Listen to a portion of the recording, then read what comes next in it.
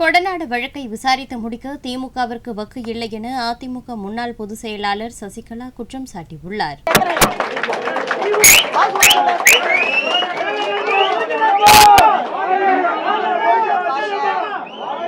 அரசாங்கத்தை கேட்கக்கூடிய துணிச்சல் எனக்கு இருக்கு. எனக்கு வலி இருக்கு, மடியில கனம் இல்ல, வலியில பயம் இல்ல. நீங்க என்ன பண்ணிக்கிட்டு இருக்கீங்க? ஒரே கொடநாடு கேஸ வச்சுக்கிட்டு இந்த திமுக என்ன வேலை பண்ணிக்கிட்டு இருக்கு? என்ன வேலை பண்ணிக்கிட்டு இருக்குது ஊருக்கே தெரியுது, உலகத்துக்கே தெரியுது.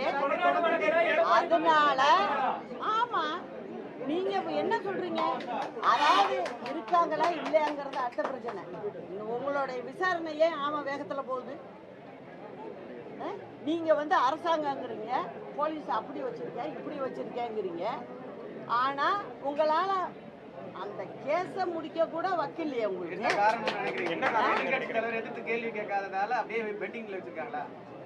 அது என்னன்னு நீங்க தான் அதை பார்க்கணும், பிரஸ் தான் பார்க்கணும். அதாவது நான் திருப்பி சொல்றது, தேர்தல் கொடநாடுன்னு வருது பேச்சு. அதை சொல்றது யாரு? பொறுப்புள்ள ஒரு முதலமைச்சர் சொல்றாரு. ஆனால் அந்த கேஸ ஏன் அவர் நடத்த மாட்டாரு? நடத்த வேண்டியதுதான் அந்த கேஸ.